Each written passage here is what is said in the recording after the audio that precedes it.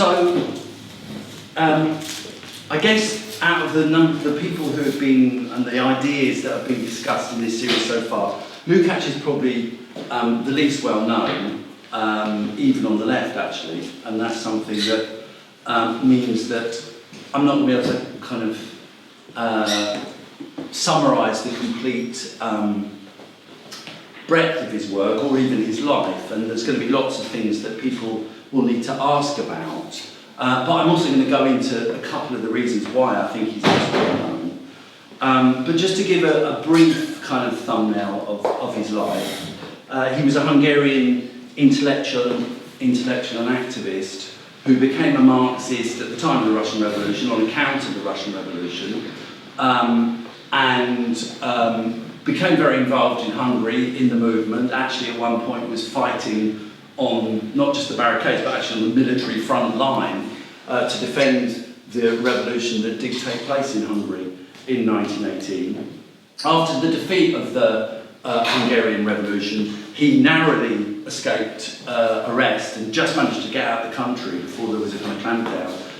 Went into Vienna, to Austria in exile, and spent the next few years of his life writing an account, a kind of set of reflections and analyses of both the experience of the Russian Revolution in 1917 and his own experience of the Hungarian Revolution in 1918. And the man lived until the early 70s. Most of what he wrote is interesting, but I'm going to concentrate on the work that he wrote in those revolutionary years. His politics kind of changed, and it's controversial exactly the way they changed at the end of the 1920s. I'm going to be concentrating on the period from 1918 till the end of the 20s. And in particular, I'm going to be talking about the book that he's best known for, which is a kind of legendary book called History and Class Consciousness, which is a set of essays actually written between 1919 and 1922, I think, which, as I say, are the kind of the main. Really, what their attempt to do is to kind of create a philosophical basis for the experience of revolution in the 20th century.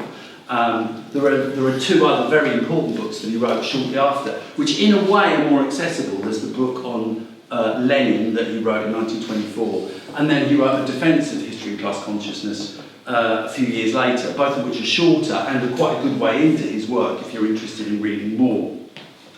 But the thing I want to focus on, and the thing that I think in a way is most relevant today about Lukács, is the way that, I think more effectively than any other Marxist theoretician or writer, he developed an account of both the way that capitalism has an extraordinary ability to survive, and of the way capitalism creates resistance and creates the possibility of its own overthrow. Those are obviously two kind of opposite things, but they're both real things. And he tried to create an analysis, or developed an analysis of capitalism that tried to explain both of those things. And in the process, the other thing I want to sort of touch on is that he was battling for a kind of Marxism, a kind of radical theory that put human agency at its heart. Because both, as some of the other previous sessions we talked about, we've kind of touched on, the Marxism of the Second International became very fatalistic and deterministic and mechanical. And Lukács was partly polemicising against that fatalism, the idea that socialism is just going to develop automatically out of the way capitalism develops. But he also was fighting a kind of, that was a kind of rearguard action, he was fighting a kind of new offensive towards the end of the 20s against a new form of fatalism, which he began to understand was implicit in Stalinism. So there's this kind of revolutionary window in which he was developing a kind of a philosophy of human agency and change, but one that was properly dialectical, that wasn't abstract or idealist. So, the reason I say those two things are relevant, well, if you think about it, we're still, as ever, and Lukács wouldn't have been surprised by this, on the left, we're still battling against fatalism, even amongst ourselves, even in our own ranks, I think. And it is, for reasons that I'll go on to explain, a constant battle.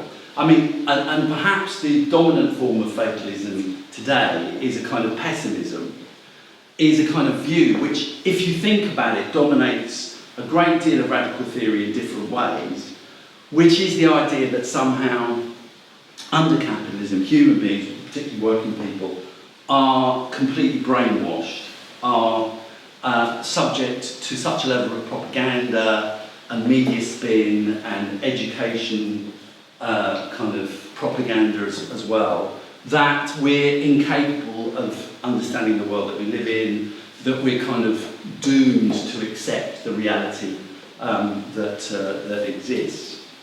And there's a whole variety of ways that I think that there are a very whole range of different forms of this on the left.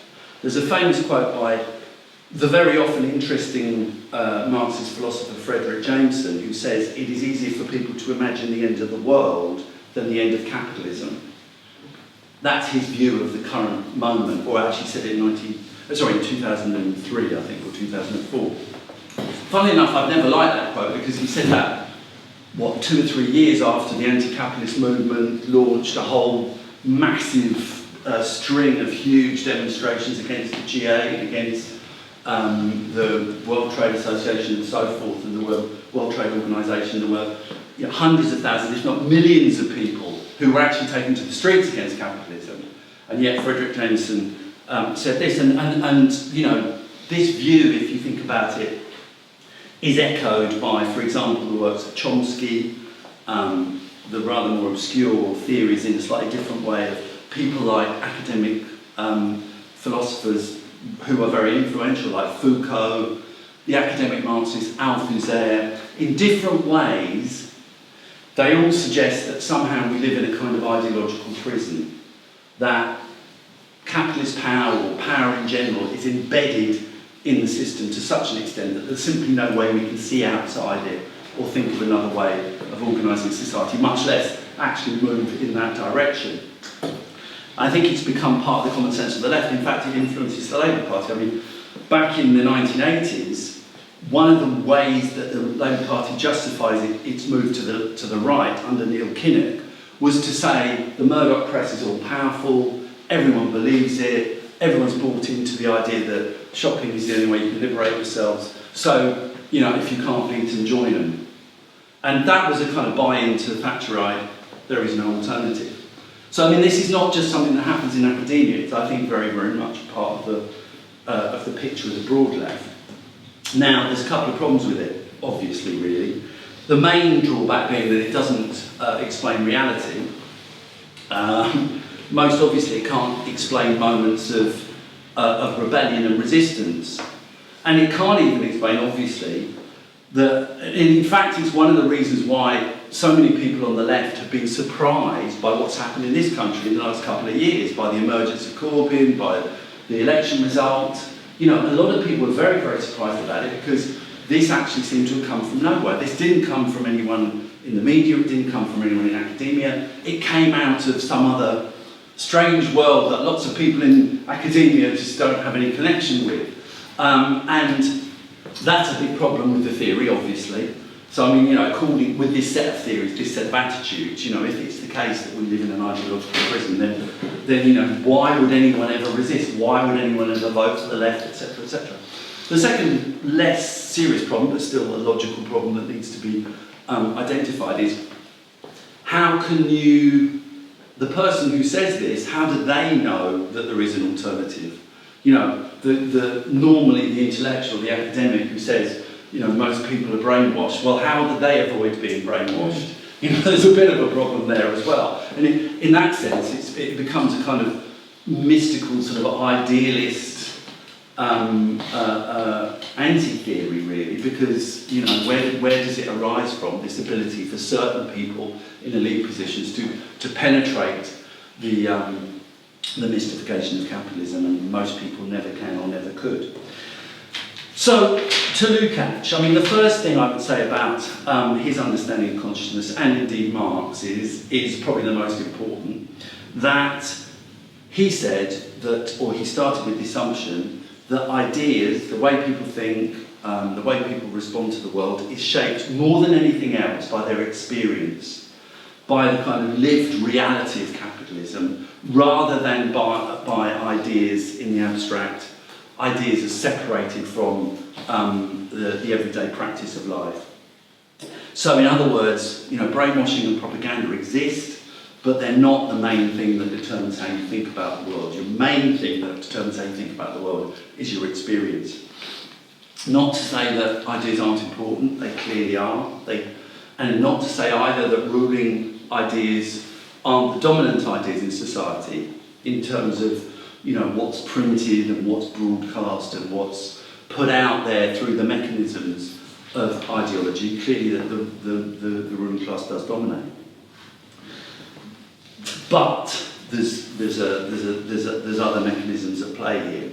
And this is where alienation comes in. And I should say, by the way, there's a slight problem with the title of this meeting, which is that Lukács didn't really talk much about alienation. In fact, I think it's mentioned 3 times in the book, History, Class, Consciousness. And that's because actually the main work by Marx that talks about alienation, which is the economic and philosophical manuscripts, wasn't published till 1930, so after he was writing these things. He talks more about reification, which means turning processes into things. It's a bit like, I mean, it's obviously associated with the idea of commodification, reification, but it's also connected to the idea of alienation. Alienation is, insofar as it is popularly used, which I suppose isn't that much, but it is a word that you hear sometimes, and it's normally a description of a state of mind. I suppose it's a description of a sense of being lost or feeling strange or feeling out of place, feeling rootless, not at home in the world, and so on. And that is exactly the subjective side of it. That's a perfectly valid use of it, and it's the subjective, the side where it affects our own state of mind. But alienation is also crucially rooted in material reality, and this is what really we mean by historical materialism, by Marxism being a historical materialism, because alienation comes from the robbery that takes place at the centre of the capitalist economy. The fact that our labour power, which is the most essential characteristic of human beings, our labour power is taken from us and used in the service of making profits. And that's the sort of centrepiece, the central motor of the capitalist economy. You know, workers are put to work, they're paid, I don't know, whatever it might be, £2,000, £1,500 a month. They produce value of, say, £3,000 a month. That £1,500 extra is taken by the boss and used and turned into profits and then reinvested. So this is this is the root cause of even the subjective side of alienation, and it has huge implications. It means we have no control over how our labour power is used, but that also means that we have no control over the everyday reality of our working lives, because, you know, it's all being done for profit. Therefore, all the decisions that shape our working lives are being done for profit in one form or another, directly or indirectly. Our working lives are, because labour power and our ability to labour is so central, is so much our essence, our working lives are the defining part of our lives. And therefore, living under capitalism creates this huge psychic and sort of structural problem for all human beings, in that we are deeply alienated. We have no control over the central part of our existence. Now, reification is related to this. It's the other side of the process, because as part of alienation, we become commodities. We ourselves become commodities. We produce commodities, but we also become commodities, because our labour power is bought and sold on the market. And so, you know, it's a deeply sort of fundamental thing that shapes our lives, and it has a huge effect on the way we think about the world. Alienation and reification demoralise us, disorientate us, make us feel powerless, and that powerlessness is actually part of our reality. It's not just a feeling, you know, because we are excluded from the process of decision making over our working lives. We genuinely are powerless. It's a material reality. And in one quote from History of Class Consciousness, the personality can do no more than look on hopelessly while its own existence is reduced to an isolated particle and fed into an alien system. You know, it's pretty unpleasant stuff, really, when you think about it.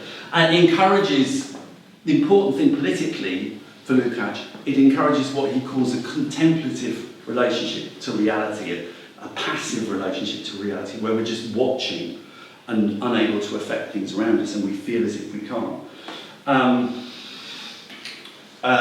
You know, this takes all sorts of forms. I mean, you know, it's very, very deep, and it affects all of us. When you think about it, you know, we come always going around London thinking, God, this has changed, isn't it? You know, blimey, there's new tower blocks here, you know, whole parts of the city are rebuilt, but it feels like a process that is kind of happening to us. Whereas in fact, you know, the people who are doing it are all workers. The people who are building it are all workers, and maybe people we know. We were chatting to a building worker on the train this morning. I mean, it's like, you know, but even he doesn't feel he has any, it's sort of happening to him as well. You know, in a way it's happening to him more than it's happening to us, because he has to do those hours and do that work. So there's this strange sense that, you know, working people create reality, but also feel as if reality is just happening to them. And in a way, the more productivity, the more you know, technology and industry develops, the worse it feels, the less power you have, the more, I mean, if you can build something like the Shard, you know, it's like, oh my God, you know, and to have no control over that, for that to be happening to us in this way, it's a terrifying situation. And another important aspect of it for Lukács is this process of reification, this process of ultra hyper division of labour, atomisation, means that we lose any sense of an understanding of the process of production. There is this process of production where they put you to work, they pay you less than they sell the thing for, but because the chain is so broken up and it's so atomised, that process of robbery gets concealed. So, you know, there's all this talk about a fair day's pay for a fair day's work for a fair day's pay. You know, what does that actually mean? It doesn't really mean what it says it means, because, you know, a so-called fair day's work for a fair day's pay for a fair day's work is really the market rate. It's not fair at all. It's robbery at the market rate. But so, you know, there's a kind of, the whole process is concealed by reification. And so I'll speed up a little bit. I mean, it's not just about work, by the way. There's whole passages in here, brilliant passages, which talk about the way these kind of processes penetrate and dominate every aspect of capitalist society, including the law, including the military, the state. You know, this kind of bureaucratisation, atomisation, this sense of there being these kind of general laws that don't actually explain reality. And there's a brilliant bit in the book about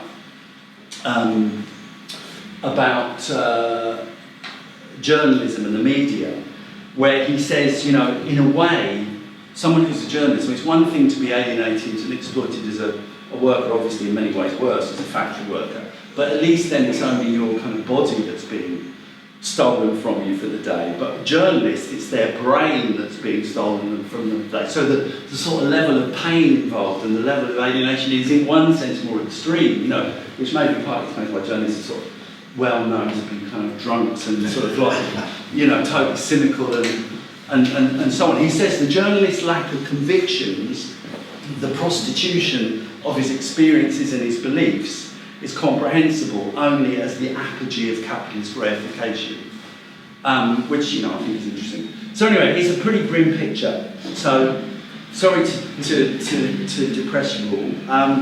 The point is, however, the crucial point is that, I mean, partly this is a much more, I think, deeper and more penetrating understanding of the way capitalism managed to survive and continue itself than many of the others I mentioned earlier on. But the crucial point is, this is only one side of the reality of capitalist experience. And there's two crucial ways in which another side emerges. And the first of these is that these abstract categories that are a product of reification and a product of kind of capitalist types of thinking in the law, in the media, the idea of we're all equal before the law, the idea that the media is balanced, the idea that the fair day's pay, that there is a level playing field in society, all these ideas that rest on the atomization of experience and so forth, and are structured into the way society works and do have a certain purchase on people, they don't completely manage to sort of suppress or to explain or to kind of mediate all experience. In fact, far from it, because if you actually think about it, people are very cynical about the law. I mean, more and more so. People are very cynical about the media, massively increasing the development of cynicism and scepticism. Is it really balanced? And this is because, and all these kind of general sort of reified ways of thinking, actually they don't completely control the way people think about the world. And this is because these systems come up against the fact that capitalism is a deeply divided, deeply conflictual, deeply kind of contradictory system in reality. However much they try and suggest that it isn't, the reality is, the lived experience of the reality is that it is. And so, people think, no, actually, the police and the courts are racist. No, actually, it's not true that, how come the boss gets, 200 times as much as me? That raises questions about a fair day's work for a fair day's pay. How come Jeremy Corbyn never gets on Newsnight or whatever? The actual experience there is another side to it. Crucially, the most important aspect of the other side of this experience is that however comfortable the bosses and our rulers are with reification, and they love it, and they literally talk about workers as input. I mean, if you read the agenda of sort of board meetings, they will talk about workers as input. That is what it will be purely quantitative. There will be no humanity at all in their understanding of what a worker is. But that's not true for working class people, obviously.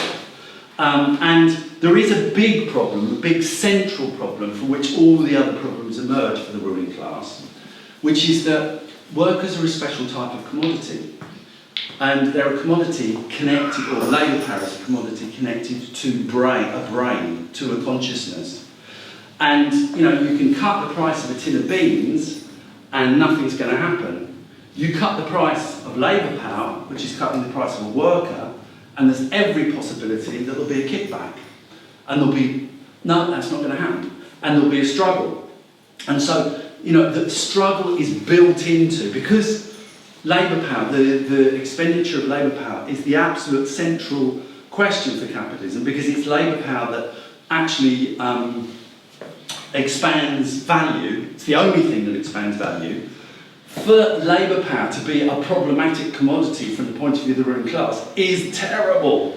It's the worst thing that could have happened, because it means that right at the heart of the system there's a potentially explosive question, which is this question of trying to commodify labour. And this becomes a problem in all sorts of ways. Normally it will start with a negotiation over commodification, as in, no, we want, 30 more pounds a day, or we want the cleaners in Circa, what are they demanding? Something like 30p extra an hour, which tells you what kind of conditions they're under. But anyway, there will be that negotiation over commodification first. But that can quickly, and does quickly, very often lead on to other things.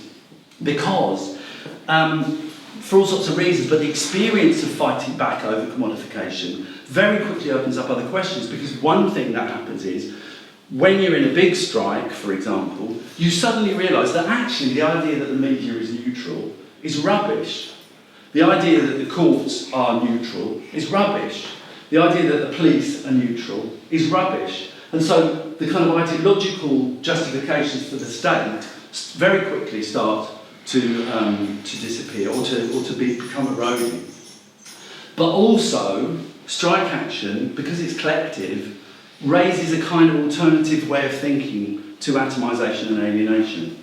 You know, it kind of creates a sudden thing, oh my God, you know, actually we're doing something very different here.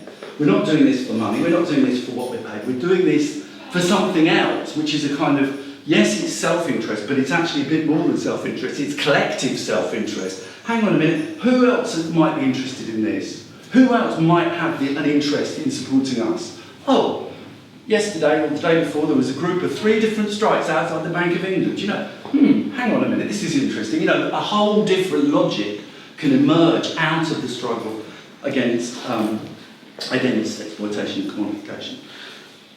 And then, of course, it can lead, if it generalises, to a questioning of commodification itself. And then you're into a whole different world. And then you've got real trouble. The bosses have got real trouble. But that's something that can happen out of the process of strike action. So, I'm going to try and bring it to a close. Just want to make a few short last points. Because this really turns, to be honest, it turns radical theory on its head. First of all, what it shows is, this way of looking at the world, this form of Marxism, that the working class, far from being dupes, as in so much radical theory, are in fact central to it. That actually, the critique, the serious critique of capitalism, comes out of working class experience. It doesn't come from SOAS, it doesn't come from, you know, historical materialism, the book. It originates in the experience of working class people fighting back, and then has to be theorised from that. Point 1. Point 2, it explains, I think, in the most fundamental way, why it is that just getting a different government into power isn't ever going to be able to bring us socialism, because, you know, powerlessness is rooted so deeply in the economic structures of society and in the state structures that both of them have to be actually transformed or overturned in order for there to be something approaching what socialism is, which in my opinion is self-rule, is genuine self-organisation and self-emancipation. If you want popular control over the economy, you have to change the economy, because you can't have popular control over an alienated economy. And the very final point I want to make, which is that, to add to what is a real thumbnail sketch, but that class conflict, the possibility of seeing the world in a different way, these kind of struggles are actually built into the system, far from being something that is unusual or, you know, rare.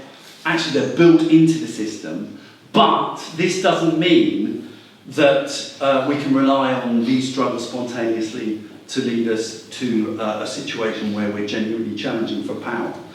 Partly because if you think about these struggles, you know, they can come together, but they're very uneven. Different groups of workers take strike at different times, even at times of big social crisis. There needs to be a conscious process of overcoming those differences. And racism, for example, doesn't disappear just because you've been on strike. It's challenged by going on strike, but you need to go further than that. To turn these kind of struggles into some genuine emancipation requires overcoming the unevenness, and it also requires developing a strategic orientation to all the different kind of political problems that are created by, you know, a state that ultimately is hostile, for example, and a political class that is ultimately hostile. So you know, you need to strategize, you need to, in the words of Lukács, encourage and support every tendency which contributes to the breakup of bourgeois society. And even when you do develop, you know, institutions and organisations that are resisting, they can become reified as well.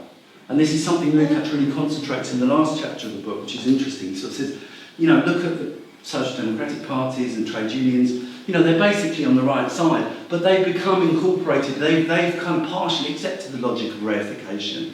This is something that can happen, particularly to organisations that aren't committed to radical transformation. And so he argues that, you know, even inside a revolutionary organisation, you've got to have a very concerted struggle against passivity, because passivity can always end up kind of sort of acceptance of reality can always end up returning by the back door. So breaking reification and overcoming alienation, they're both ideological and practical questions at the same time. And you can't get rid of them ideologically without actually confronting the structures that create them, and you can't get rid of them organisationally without having a conscious understanding of where they come from and how they can be overcome. So it's for that reason that ultimately there needs to be an organisation that is dedicated to both the overthrow of alienation and the overthrow of reification as well. I'll leave it there.